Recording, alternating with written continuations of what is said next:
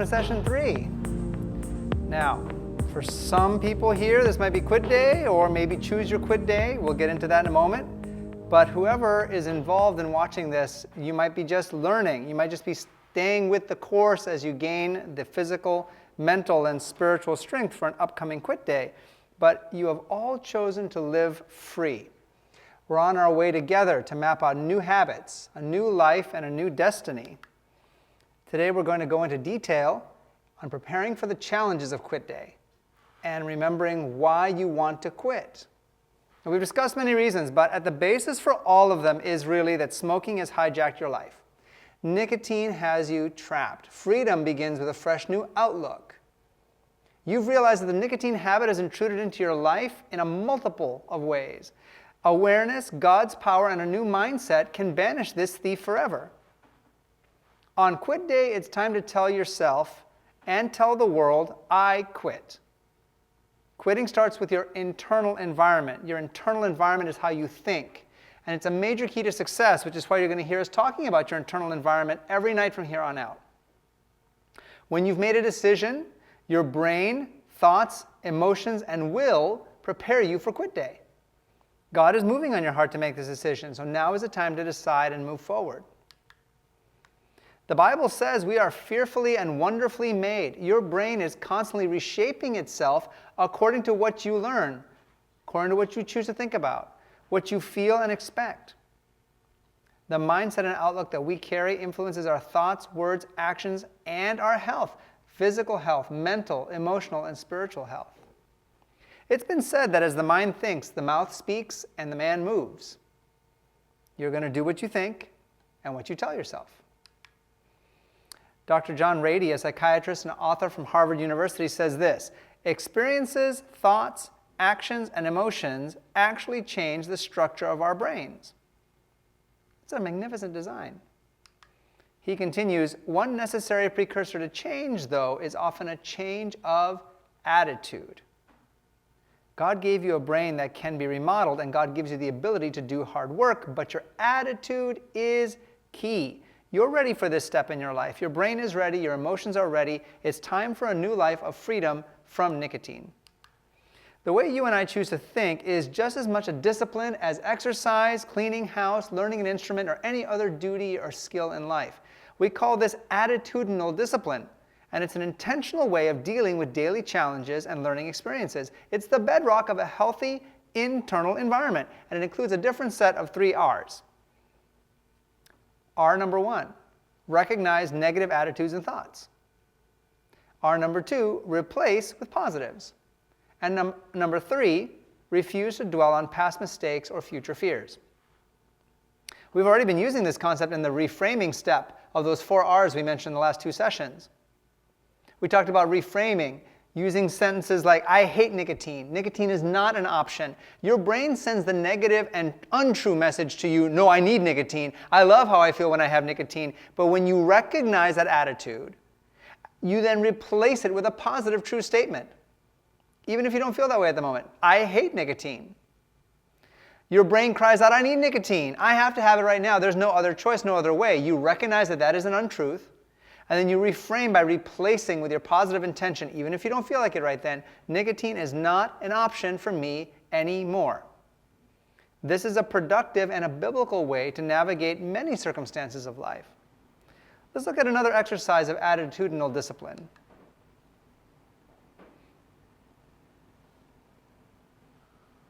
Create a new outlook and attitude with new thoughts and words. First thing in the morning, say out loud, I love living free from nicotine. When you first wake up, this is your opportunity to set your mind, your mouth, and the course of your day. God's truth and promises are more powerful than your feelings and your circumstances. Your focus must be on God's power right now. And you should refuse, that's the 3rd R we just looked at, refuse to dwell on mistakes of the past or possible fumbles of the future. You can declare with confidence the verse that we are claiming at the end of each meeting, Philippians 4:13. I can do all things through Christ who strengthens me. Say that over and over. Say 50 times a day if you have to. I hate nicotine. I love living free. I found a better way, and I can do all things through Christ who strengthens me.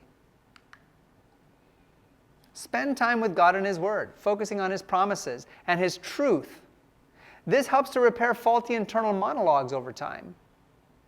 You will daily increase in your discovery of your value and purpose in Him. And write down what you're discovering in your Better Way journal for easy reference during times of temptation and struggle. You can write down this promise you see on the screen here, Isaiah 46:4, in your Promises from God section of your journal. I have made you, I will carry you, and I will deliver you.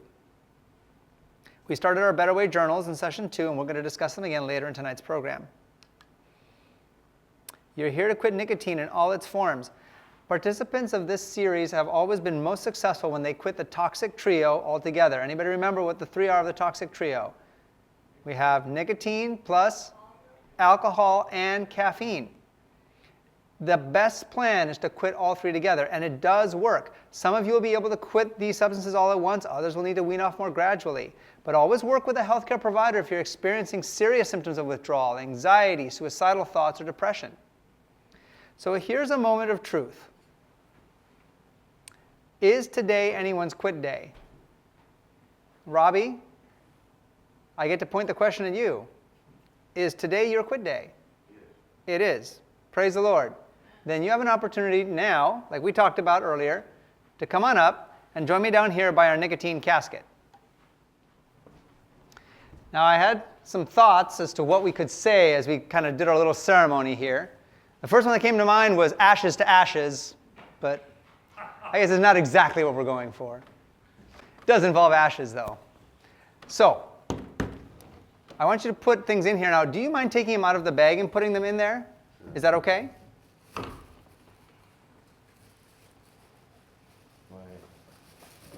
Cigarette roller. A cigarette roller, okay. My last cigarette. Your last pack of cigarettes. Literally the last. Literally the last one. All right. A bottle of alcohol. Praise the Lord, Robbie. Can we give Robbie a hand? Now, Robbie, here's what I'd like you to do. We're going to keep this really simple. We're just going to say a couple sentences that we've been saying already in the series. I want you to just say them with me. First one we're going to say is, nicotine is not an option. Nicotine is not an option. And the last one is, I hate nicotine, but I love living free. Go ahead and close the casket on that. Hard. There you go. God bless you, Robbie. All right. Let's give him another round of applause.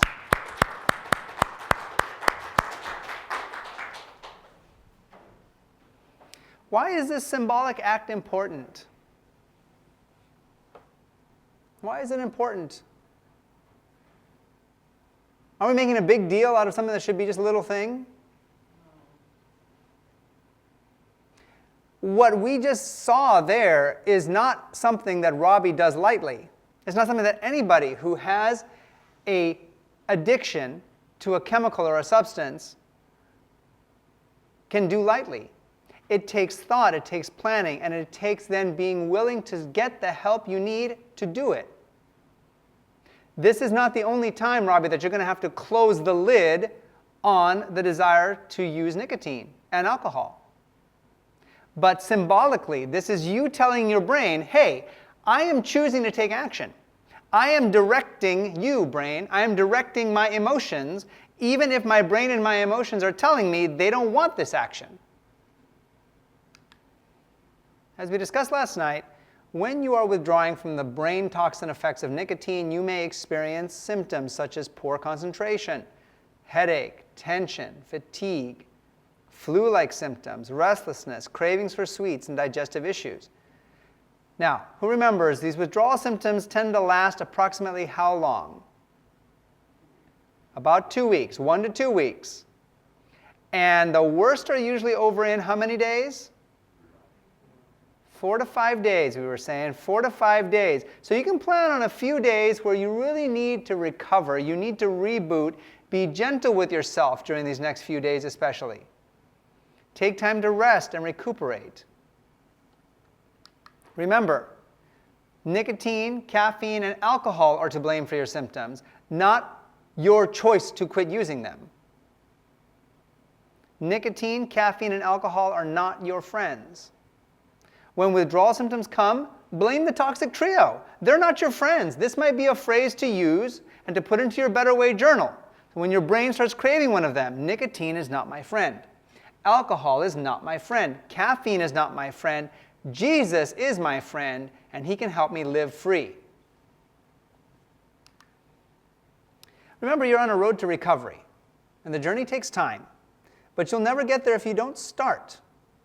Physical withdrawal symptoms can take 1 to 2 weeks. The worst are over in 4 to 5 days, so hang in there. You'll recover from the mental and physical fatigue as you replace the nicotine, caffeine, and alcohol habit with new positive lifestyle choices. But it's critical you make the choice to recognize, overcome, and avoid your triggers. So let's talk about triggers. Triggers can be categorized differently, but they might include the time of day, a social event, the place you're at, the stress you're under, just the habit of what you're used to doing. Let's name some examples from this list. Let's name some examples of time of day that might be a trigger for someone using nicotine, caffeine, or alcohol. After breakfast, okay? Robbie? Before you take your meds? Okay. Any others? Say that, after a meal. And how about at work?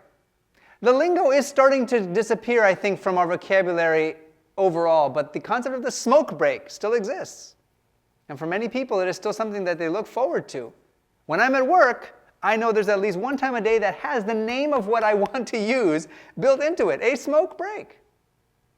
What about social events? What kind of social events might trigger for use of the toxic trio? A party. Sporting events. Yes, whether you're there live or watching it on TV. Conflict. Yep, that kind of also leads into our stress as well. These kinds of stressors, being upset, being anxious or angry, when you're tired, when you're hungry, those can be typical triggers. Places. Robbie, what's a place in your mind that comes to mind as being, wow, that's a place I like to smoke?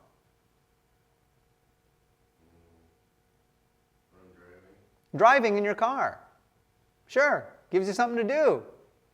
Becomes just part of what you do when you get in the car. Maybe when I get to work, and there's other people that I know that at work who smoke too. Maybe it's when I get home. That's the first thing I do after kicking my shoes off and throwing the jacket down. Maybe whenever I sit in front of the TV. And the habit is a big part of it. A lot of what we think and do are unconscious learned habits.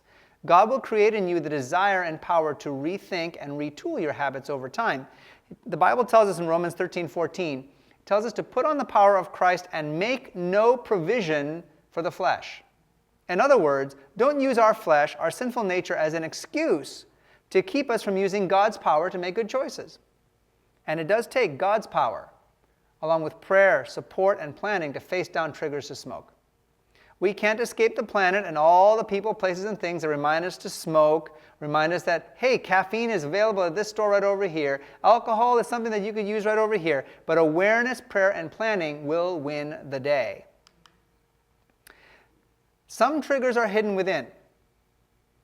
Harmful attitudes tend to hide in us and then come out at unexpected moments. Attitudes such as self-pity, a spirit of criticism, unforgiveness, and chronic anger can sabotage the best of intentions. Don't give yourself a permission slip to do wrong because you feel wrong or because others have done you wrong. God cares about your problems and will guide you. If you're realizing that one of your common triggers is being mistreated by others, when somebody treats me this way or that way that I don't like, that's when I'm going to turn to the cigarette. The solution is not to then use those mistreatments as excuses to go back to using nicotine or caffeine or alcohol. Instead, consider getting professional help. Sometimes marital or family counseling is necessary. And I'd encourage you to also create a section dedicated to triggers in your Better Way journal, where you can keep track of the specific triggers that seem to be tripping you up or getting under your skin the most. This serves as a roadmap for you as you try to plan your day and escape those triggers. And it's a great reference to review if you do relapse. Okay, yeah, I was doing great quitting smoking until I drove past that bar, I stopped at that gas station. Oh, I watched that movie that has that character who smokes in it. Okay, next time I'll get back up and I'll quit and I'll make sure to avoid that trigger. Now let's talk about urges and cravings. An urge to smoke can be intense. Robbie, would you agree with that? Can the urge to smoke feel like just all you want to think about at the moment? Yeah. It'll pass quickly though. And there are tricks to get through it. A craving or impulse to use nicotine can last from several seconds to several minutes. It will pass. The thing that is often easy to forget is it will pass. Because if you've gotten used to the idea that whenever the brain asks for it, then you're going to feed the request, to your mind, that urge never passes until you light up. But if you test it out, you'll often find if you wait it out and use other tactics we're going to talk about, the urge does actually have a shut-off on its own. New choices will help you crush the urge, and we're going to examine some of the tips and tricks to overcome urges. So here's some tips for healthy ways to crush the urge to use nicotine, and you might want to write them down in your journal right next to your trigger page for easy reference. First one, pray and say. Say out loud, I've got the urge. Okay, Jesus, you are my very present help in trouble. Psalm 46, verse 1. We talked about this in a previous presentation. Jesus will strengthen your resolve when you waver. Repeat with conviction, I hate nicotine, but I love living free. Nicotine is not my friend. Believe that you will recover with God's help. Number 2, distract away. Turn your attention to something positive and helpful. You can do something helpful for yourself or for someone else. We talked about the just a minute technique. We had talked about it in the category of, okay, when I'm thinking that I'm eventually going to quit, I can go ahead and start lengthening the amount of time before I give in to smoking by saying to the brain, okay, you gave me the urge to smoke, I'm gonna, because I'm not quitting yet, but I'm gonna go ahead and smoke in just a minute. I'm going to count to 10 first. And then I'm going to count to 20. And 30. And in that category that we discussed it, eventually the option is there that if the urge is still present, you go ahead and smoke. That's in the preparation phase, but now that you have quit, you can still use the tactic and bleed it into the distract away method of crushing an urge. I have the urge to smoke. Okay, just a minute, I'll be right with you. But now pretend that you're like about 5 years old. And you've learned that if you just say just a minute enough times, your parent will forget what they asked you to do. Sometimes it does happen. So just a minute it. Just a minute, I'll get to you. Oh, but there's something else I have to do first. I'm going to change the laundry over. I'm going to step outside and take a breath of fresh air. I'm going to text my support person. And then I'll get back to you. With the goal of now distracting yourself until the urge passes and not giving into it. Another one is move it and lose it. Go for a walk when you have that urge. Notice the beauty around you. Pay attention to something that already is there, that is beautiful in your life, that can take the place of the mental power of focusing on the urge.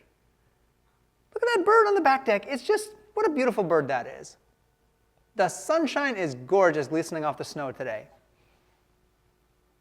Share a smile. If you're in a scenario where you have other people around you and you're feeling the urge, turn your attention from inward to outward. I'm going to look for somebody who looks like they could use a smile right now. This urge to smoke becomes for me also a reminder that I can do something for someone else.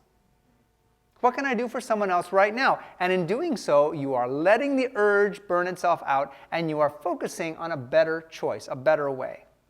Plus, of course, if you do things that are more motion-oriented, that are making you get the heart rate up a bit, exercising now those lungs that are already starting to strengthen in the days to come as you are getting nicotine out of your system, as the smoke is no longer affecting your lungs as strongly, you're going to have more endurance. You're going to be able to start to build up a little bit of a sweat. And sweating is good too. Sweating helps to cleanse the system, helps you clear toxins from your system sooner. Hydrate for health. We've talked about this. And we will continue to. take a drink of water. Get that big drink of water, slug it on down. You can add some zest to it. We talked about using things like fresh lemon juice, or you can also chew on fresh mint leaves, and that's a great way to distract the taste buds in your mouth for a moment. Another tactic, get connected. This is one of the main reasons that we've been talking about. You need to tell people you're quitting, because then you are able to come to those people who are supporting you, who are in favor of it, and get that help you need. Reach out to someone who knows that you're quitting and wants you to succeed. This is what your Living Free friend is for. It doesn't have to be a long phone call. Oh, I have an urge to smoke, but then I'm going to call somebody and I'm busy. I've got these other things I'm going to need to go back to in a few minutes. I don't have the time. It doesn't have to be long, because the urge isn't going to be long. It could be a quick chat on the phone if you need it, or perhaps it's a text conversation back and forth. And give thanks. Every day brings an opportunity to turn away from our problems and give thanks for how God has blessed us. So make a list and watch it grow. That's a great page to keep in your Better Way journal. Things that I'm thankful for. As the Bible says, it's good to give thanks. So count your blessings. Start each day by writing down in your journal at least 3 things you're thankful for, and add to your list as you reflect at night. This exercise will help you keep your mind on where you're going, not on where you've been. And remember that practice makes permanent. Repeating healthy thoughts, attitudes, and choices creates new pathways and habits in your brain. Every time you distract your attention away from the impulse and make a better choice, you are growing stronger and wiser. God will meet you at that moment of decision and provide a way of escape. He will impress your mind with what to do, and you'll be impressed with a better way. The impulse will dissipate. Record your new choice. Record your experience in your Better Way journal. Read back over your previous successful moments to remind yourself, I am making progress in this skill of living free. Over time, the process gets easier. It becomes more automatic. Soon, you won't even have to think about it. It's part of that change like we talked about when we heard from Bruce last night. That you eventually end up in a situation where you look back and say, wow, that was the old me. This is the new me now. We can summarize how to crush the urge by 3 Ds. Decide, distract, and delay. Decide, you've decided to quit. You rehearse your reasons out loud. Nicotine is not your friend. It's the reason you're suffering withdrawal symptoms. You get to put the blame on the substances you are leaving behind. Distract, turn your attention away from the impulse to smoke. And distract your attention, your emotions, and your body. Make a thank you list. Go for a walk, suck on a strong mint. Focus on a project or a chore. Turn your attitude outwards to look for someone else who could use your attention. And delay. Delaying the impulse to use nicotine weakens its signal. That's the reason that the just-a-minute tactic helps you get ready to quit and now can help you to continue to quit. Impulses come less frequently with each resistance. Exercise strengthens the will, and nutritious food calms the symptoms. Remember, you have the power to choose. Commit your will to God. All right, so let's get our microphone out. And as we've done before, we're opening this up not just to those who are here to quit nicotine, but anybody who has thoughts on this, on what we've talked about this evening so far. Anything that has stood out for you. Maybe even something that would be helpful to you, even if what you're looking to do is not make a change in regards to nicotine, but any other thing in your life that you feel needs a change. First question is, what strong helps do you have for quitting nicotine? Does anybody have any thoughts? We have a microphone we'd like you to speak into if you do, so we can capture it for the recording. Other people. Other people. I mean, I remember quitting because it stunk. I mean, and my wife didn't like it. And I had kids that were going to be getting the secondhand smoke. So other people. So what you're saying is not just other people to support you in quitting, but also keeping in mind that you have other people you're quitting for. That they're more benefiting than just you. Our oldest son was allergic to cigarette smoke too, so that helped. I didn't quite catch it, Carol. I was allergic to it. Yes. So that made it that much more important to him to know he needed to get it out of your system. Anyone else? Strong helps that you have for quitting nicotine or any other substance or making a change. Robbie, do you have any thoughts? Just that it'll smell better and it'll help my puppy live So longer. it's focusing on the reasons then. Part of what you're doing is keeping your eyes laser focused on the goal, that this is who's going to benefit from this. Yourself, your puppy. That's right. Next question is, what are some tools for outsmarting triggers and urges to use nicotine? And again, we're broadening this. Tools for outsmarting triggers and urges for anything. An attitude, a habit that you don't want to have. A way of interacting or behaving that you think needs to be left by the wayside. What are some tools for outsmarting those triggers and urges?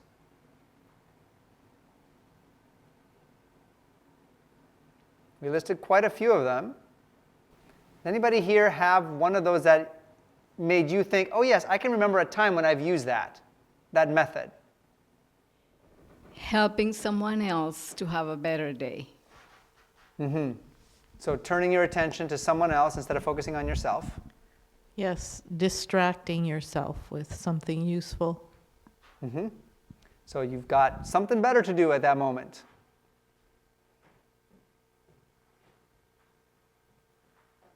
Remember any specific triggers, but I remember my father could never have a cup of coffee without having a cigarette. Mm-hmm. So if you give up one, you'd give up the other. Sure. They feed off of each other, not just on the nerve endings, but in the habit as well. That's, the association now. This means this. Well, then let's get rid of both ends of the equation. Anyone else? Make sure it's public, the idea of the quitting, that you're stopping. Mm-hmm. And if you don't hide it, then you're also being accountable to other people. You're not... Right. Accountability. Good shame. Hey, I want to change. I want to be different. I want you to see me different. And if you see me not becoming different, I give you permission to point that out to me. That is using shame in a positive way. It's making yourself accountable. Holding yourself up, putting yourself in public. Okay, we're going to go on to the keys to living free portion of the presentation for tonight. It might feel like we're constantly repeating the same information, but there is a method here. The more frequently you hear this information, the more your mind gets remodeled by it. Each time we review the keys to living free, we go into greater detail on one or more categories. As we keep pointing out, this is much more than just a quit nicotine seminar. This is a total health lifestyle intervention. We're working on other things than just quitting nicotine. We're looking at weight, physical exercise. We're looking at blood sugar. We're looking at blood pressure, heart disease, and improving mental and spiritual health. All these keys happen to help all those areas, as they also help you quit nicotine. Last session, we focused on preparing for your quit day. Tonight's key is helping you to create the environment for continued success.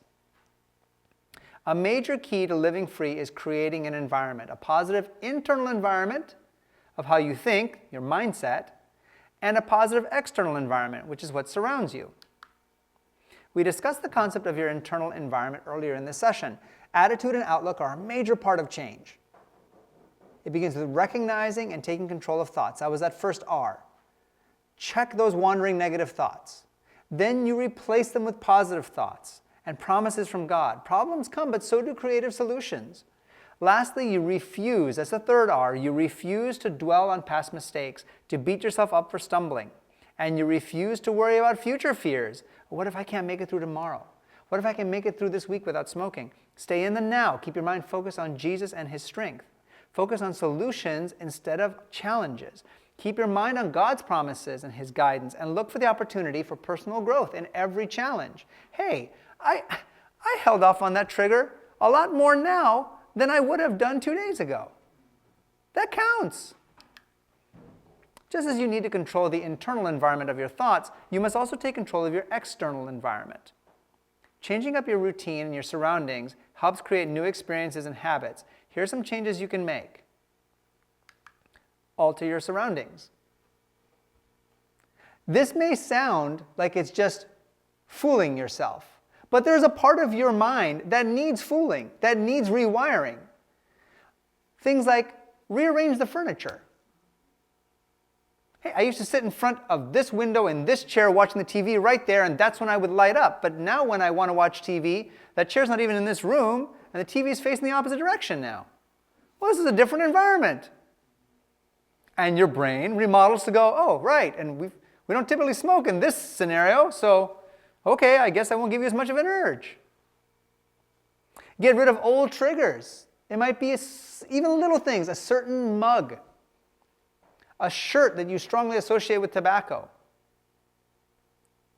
the stool you normally sit on when you go for a smoke break, the pair of slippers you like to use to go out into the garage when you're going to light up. Pitch the ashtrays. Replace them with inspiring books, colorful flowers, or fresh fruit. Can you imagine if every place that you normally deposit your cigarette butts is now replaced by something completely antithetical to using nicotine? Every place you go to tap out your cigarette now has a potted plant there instead. It reminds you, oh yeah, things are different. Clean up or even replace items in areas that are affected by the smell of smoke, such as pillowcases, curtains, car seat covers. You'll be glad you did when your sense of smell starts to sharpen. How soon can your sense of smell start to sharpen after quitting using cigarettes? 2 days. Taste and smell starts to improve in 2 days. Change your routine. If meals are usually followed by nicotine, then right after meals, immediately get up and go do the dishes instead. Or immediately get up and get out of the kitchen and leave the dishes for a little later if that's what it takes. In nicer weather, immediately get up and go out and garden for a bit or take a walk. Sit in a different place. We talked about this a little bit already. A different seat at your dining room table. A different chair in the living room. Drive a different route to work. Avoid going past places that may trigger cravings or provide an easy way to replace your disposed nicotine products. At work, take walking breaks instead of going down to the break room or out to the smoking area. New brain pathways will deepen over time, strengthening your will and making every day more interesting, enjoyable, and creative. Now, we've talked a lot about reboot and rebound, and this is particularly crucial for your first 24 hours of quitting. Concentrate on drinking plenty of water, at least 6 to 8 glasses a day between meals, and taking hot and cold showers. And this is a hydrotherapy concept that stimulates your nervous system and circulation and helps you overcome tension and fatigue. Here's how it works. Start off with some warm water, dial down to cold water for 10 to 15 seconds, switch back to warm, do this alternating a few times, and finish with an invigorating burst of cold water for as long as you can take it. I know, it sounds like some kind of torture on captured spies. But you'll be amazed at how energizing this routine is. And I'm not just saying that. I use this method of showering every morning to help wake up my mind for the day without resorting to caffeine. In fact, I'm proud to say that I made it all the way through medical school and residency, never once having to use caffeine to wake my brain up. And part of the reason was taking a shower like this to get going. Again, for those of you who want something more exciting than water during your first 24 hours, you can also drink 100% fruit juices or smoothies made with fruits or vegetables. Speaking of medical school, I just had a memory that popped back into my head because I want to help you out, Robbie. I can see you dozing back there. This is something that worked for us when we had early morning lectures in medical school, and we started off with we started off with cell histology and pathology at 7 o'clock in the morning, which was mind-numbingly boring. Just pictures of cells up on the slides. And it wasn't that the presenter was boring. He tried his best to make it interesting, but it was just boring material to most of us. And so what he would do is, every once in a while, when he started to see that the majority of us were dozing off and heads were nodding, he would say, all right, everybody, hands up. And we all had to put our hands up. So everybody, hands up. Put your hands up. Now wiggle, stretch to the sky, and put your arms down. That little motion helps you to wake the brain back up. So thank you, Robbie, for reminding me of it. Another reboot and rebound reminder: the nutrition of fresh fruits and vegetables, the powerful antioxidants, nutrients, and plant compounds in these foods lower stress. They lower the irritability that your mind is going to try to have in these next few days especially. They help to clear the brain fog. They'll help your mental engine purr instead of ping.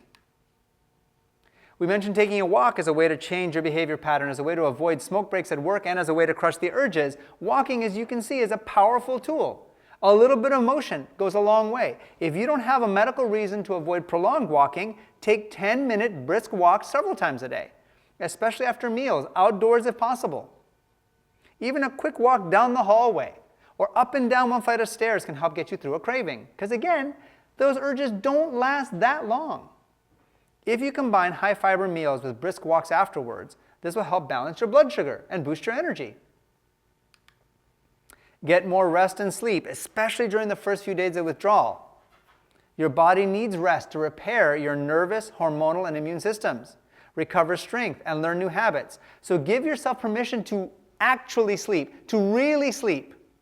Not just sit in bed and scroll on your phone or watch a movie. Turn the technology off and go to sleep. The new mental pathways of memory and learning are solidified during sleep as well, especially the crucial sleep hours before midnight, which gives your brain the most regenerative sleep cycles.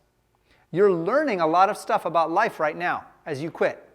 You're taking in new information, you're learning things about yourself. You need to make the time to sleep and let that become part of your brain. Your Better Way journal will help you track your success. When you're tempted to fall into an old habit pattern, your journal should by now already have a list of excellent phrases to repeat out loud. Nicotine is not an option. I hate nicotine, but I love living free. Jesus is my very present help in trouble. Psalm 46, verse 1. Philippians 4:13. I can do all things through Christ who strengthens me. I know a better way and I'm choosing a better way. Nicotine is not my friend. Jesus is my friend. You may not have these phrases in your head at the moment you say it, but God hears your cry and your confidence and He will immediately show you what to do. Take your challenge to God. This is faith at work. When you choose a better way of thinking and acting, record it in your journal. For example, I felt tempted to go outside to smoke during the work break. I asked God for a better way and I took a walk in the hallway instead. I got really upset at my family and I wanted to go and smoke for relief, but I asked God for a better way and I drank some lemon water and texted my support person, help, and a prayer hands emoji. Record how you've succeeded in making a better lifestyle choice. You can also jot down what you've learned about your thoughts and your addiction triggers, how you've grown each day by making actions and seeing benefits you are seeing take place, such as that improved sense of taste or smell. Robbie, I encourage you, watch for the first time you notice something tastes better or smells better over the next few days. This will help you move forward and stay focused on thinking and choosing a better way each day. As you experience the victory over nicotine and establish healthier habits overall, your journal will serve as motivation to push farther forward. You're not just gaining victory over nicotine, remember, you are forging a new and better life for good. Choosing God, choosing faith, choosing His plan are all decisions based on choice, not feelings. I want to draw your attention to your handout. Robbie, you have the handout that I gave you there, the one entitled Your Will Empowered. It deals with the concept of how our free will, our choice, can be made more powerful by surrendering it to God. I'm going to read just a few lines from that handout. This is taken from a book called Steps to Christ. Many are inquiring, how am I to make the surrender of myself to God? You desire to give yourself to Him, but you're weak in moral power. You're in slavery to doubt. You're controlled by the habits of your life of sin. And your promises and resolutions are like ropes of sand. Ever used a rope made out of sand? No, you haven't, because nobody would ever make a rope out of sand. It crumbles. It has no value. That's what our promises and resolutions are like. Going on, you cannot control your thoughts, your impulses, and your affections. The knowledge of all those broken promises and forfeited pledges weakens your confidence in your own sincerity. It makes you feel that God cannot accept you, but you need not despair. What you need to understand is the true force of the will. This is the governing power in the nature of humanity, the power of decision or of choice. Through the right exercise of the will, an entire change may be made in your life. How? By yielding up your will to Christ. You ally yourself with the power that's above all principalities and powers. You will have strength from above to hold you steadfast. And thus, through constant surrender to God, you will be enabled to live the new life, even the life of faith. Robbie, take special time to read the entire handout at home, okay? Make sure you give a copy to your mom like I gave you. You're going to find strength, courage, and instruction to motivate and move you forward. And if you really enjoy it, That book that it comes from is available. The book is called Steps to Christ. It's written by Ellen White. We have copies here at the church for anybody who wants one. For those of you who are watching online or on television, you can easily find Steps to Christ for free online. Just search Steps to Christ PDF or Steps to Christ free, and you can find it to read it. There's audiobook versions that you can listen to for free. You can download it, and there will be a link in the video description for the YouTube video. All right, it's time to discuss a little bit more. And we're going to put these questions, especially to you, Robbie, since you're the person who's quitting today. All right? So we'll get our microphone, Robbie, and just whatever you can give us is great. Question number 1, which keys to living free are you ready for now? So we talked about creating an internal environment, working on your mindset, replacing negative thoughts with positive thoughts, and refusing to dwell on how things might have gone in the past. And then we talked about creating an external environment. We talked about changing things around you, your path to work, the place you sit at home, getting rid of the things that remind you for smoking. Do any of those things seem like things that you are really wanting to do next? Yeah. Okay, do you have any specifics? Well, I'm going to change my thought patterns.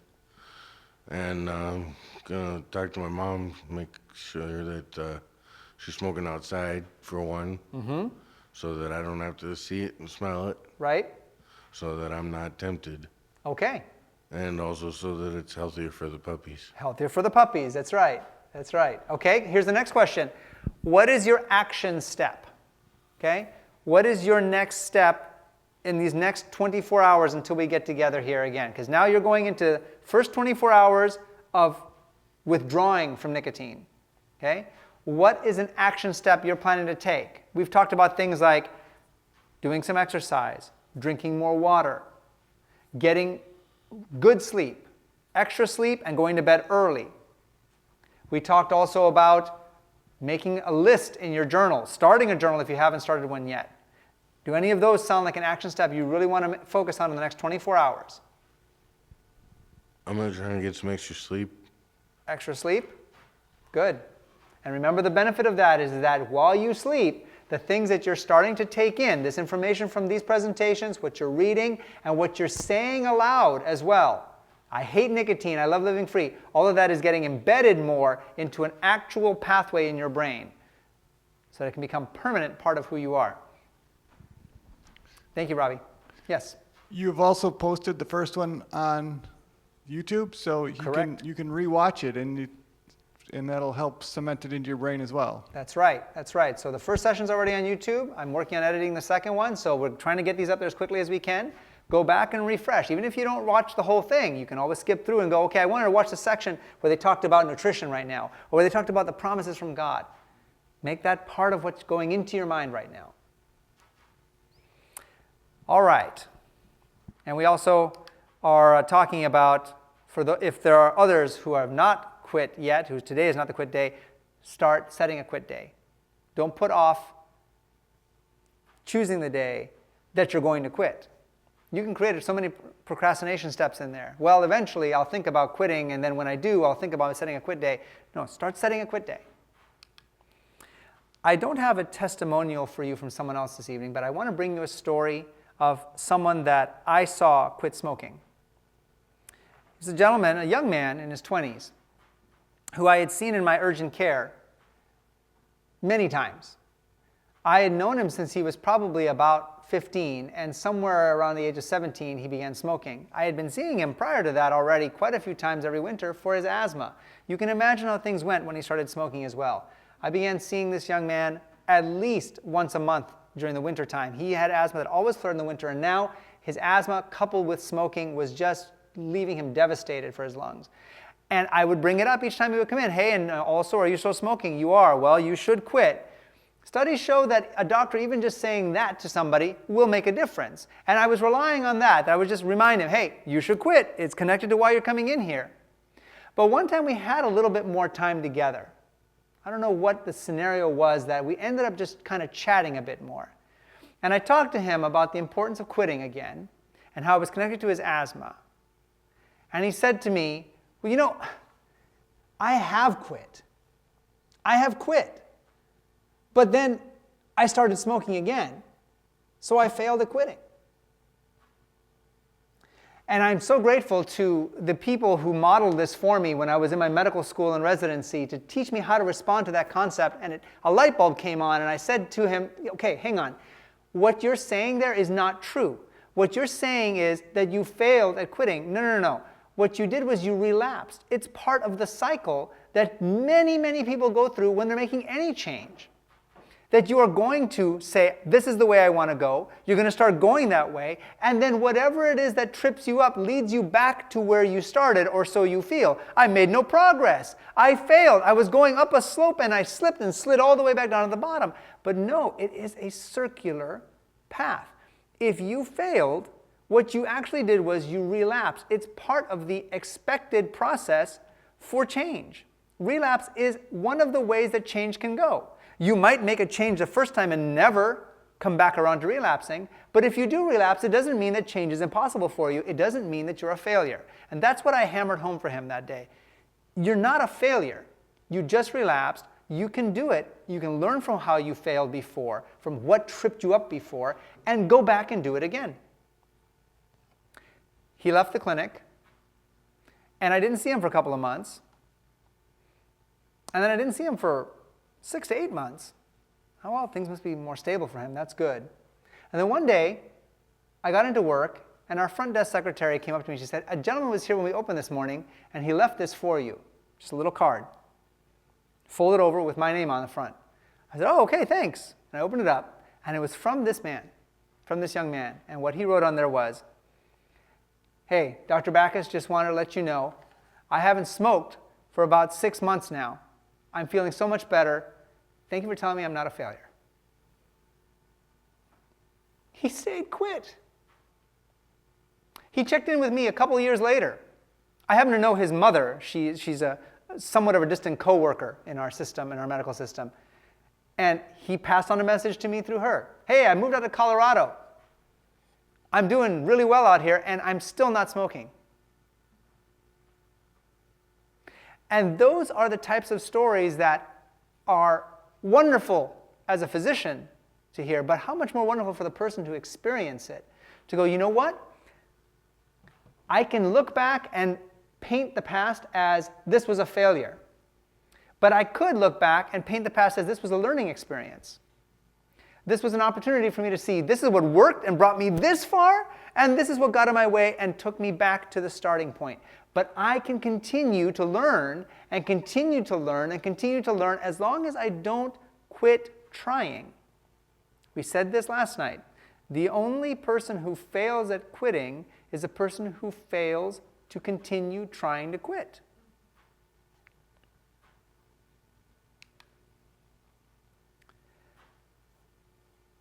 I want to take a moment now to ask if anyone, I know, Susie, I know you're keeping a journal. Robbie, have you started keeping a journal yet? Okay. Make that another one of your action steps. Think about some way. You don't have to write down every single category of things that I've been bringing up. But having a way to review what you've learned or the moments that were particularly helpful to you will be very useful to you in these next few days. But I wanted to give a moment now to also serve as a heads up for the rest of the series that I'd like to have a moment at the end of each of our meetings for anyone who has an item from their Better Way journal to share that. Whether it's an encouraging motto you've come up with or a promise from God that's particularly meaningful to you at this phase in your journey. Maybe an entry where you felt triggered to use nicotine. Or Susie, I know you're using this series to help you just get away from sugar. Where you found a moment of, hey, I was triggered to use this thing that I don't want to use, and then you cried out to God for a better way. Susie, do you have anything you would want to share with us from your journal?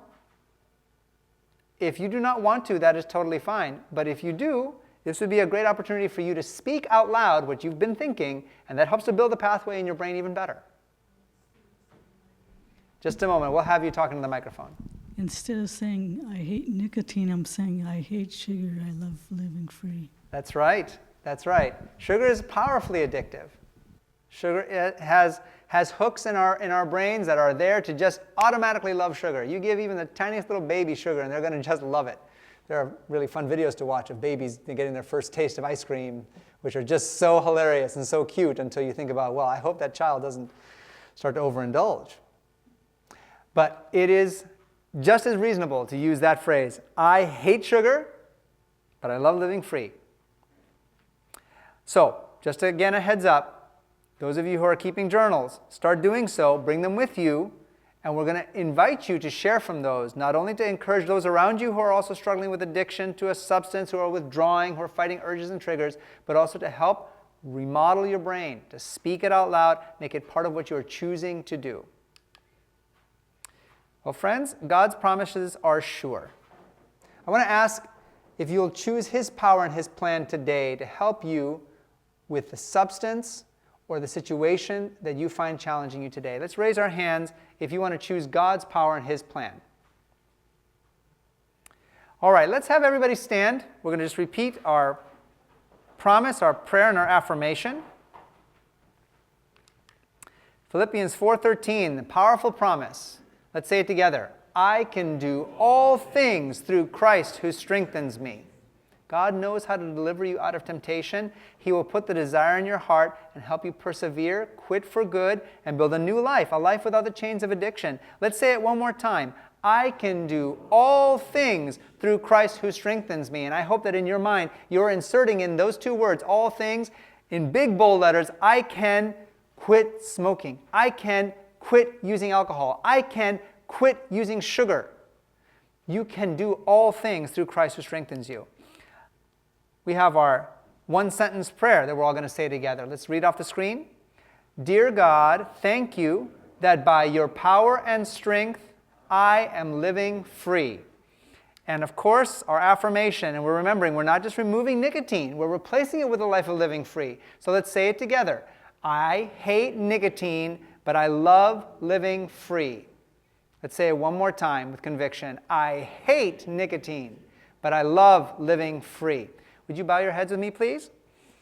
Heavenly Father, we thank you so much that you have given us minds that can remodel, that can have change take place and make it integrated into who we are, so that eventually we can look back and say, that was my old me, my old life, my old brain pathways.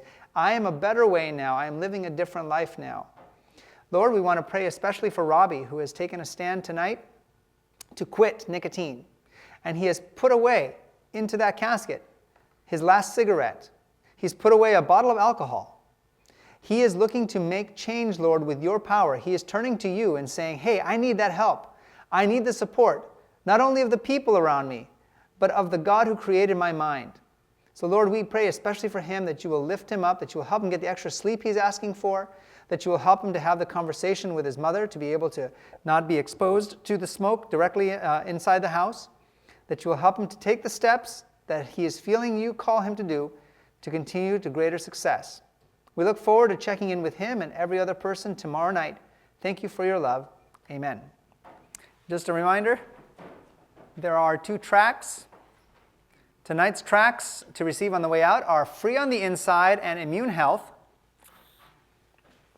And as always, the tracks are available online to download if you weren't able to be here tonight or if you're watching this online or TV, as well as the handouts are online now as well, so you can download the various paper handouts that we've been giving you. And all the seminars are being uploaded to YouTube, so you'll be able to watch them. I wanted to remind you as well that if you wanted a copy of Steps to Christ, you can get it out in the foyer this evening, or you can download it online by searching for Steps to Christ. Make sure that you have a Living Free friend. Just wanted to check in here. Robbie, do you have a Living Free friend? Good. Perfect. Friend raised his hand. Susie, have you looked for a Living Free friend yet? You're not bootlegging us by using this series to work on getting off of sugar. That's totally acceptable. Use it. Use everything that we're providing here. Let's go for it. So find a friend to connect with to be your Living Free friend. The next meeting is going to be tomorrow night, February 23rd at 6 p.m., in which our topic will be creating a better lifestyle through nutrition. Thank you again for attending. Have a good night.